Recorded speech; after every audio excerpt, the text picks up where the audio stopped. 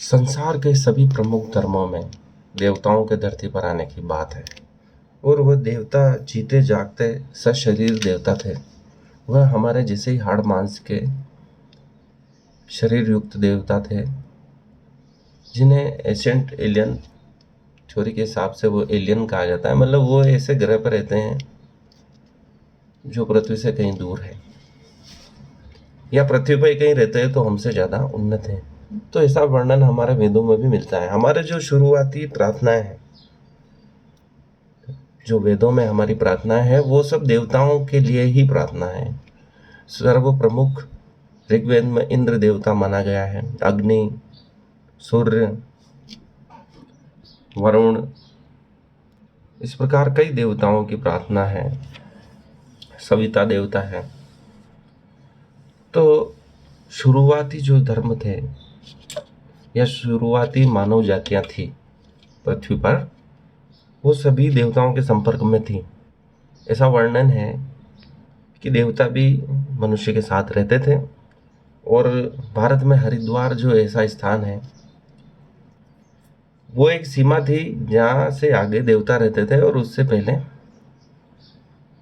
मनुष्य रहते थे, इसलिए उसको हरिद्वार कहा जाता था।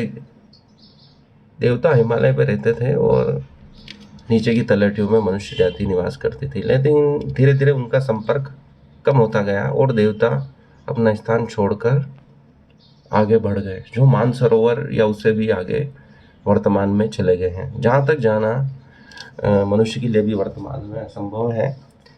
वह सूक्ष्म लोक में रहते हैं, ऐसा ऋषियों का मत है।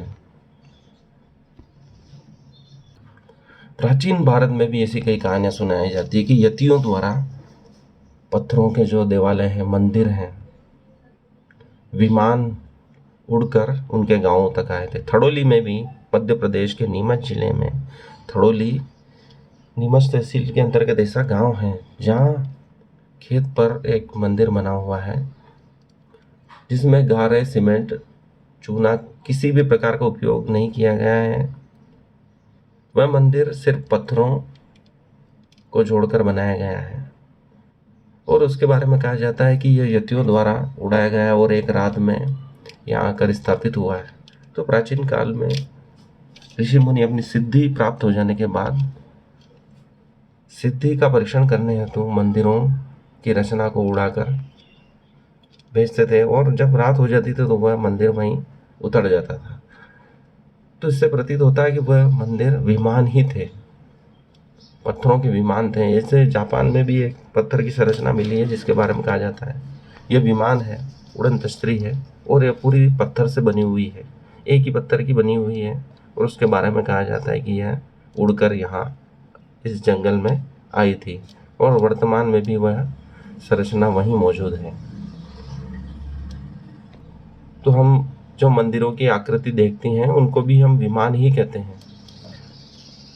डोल 11 पर सभी मंदिरों की डोल निकलते हैं, तो उनकी आकृति भी विमान के समान ही है। वह मंदिर का ही संक्षिप्त रूप है जिसमें भगवान विराजित होते हैं, और हम देखते हैं कि भगवान आकाश में उड़ सकते हैं और उनकी जो रचना है विमान के समान ही है, जिसको हम हिंदी में विमान कहते हैं।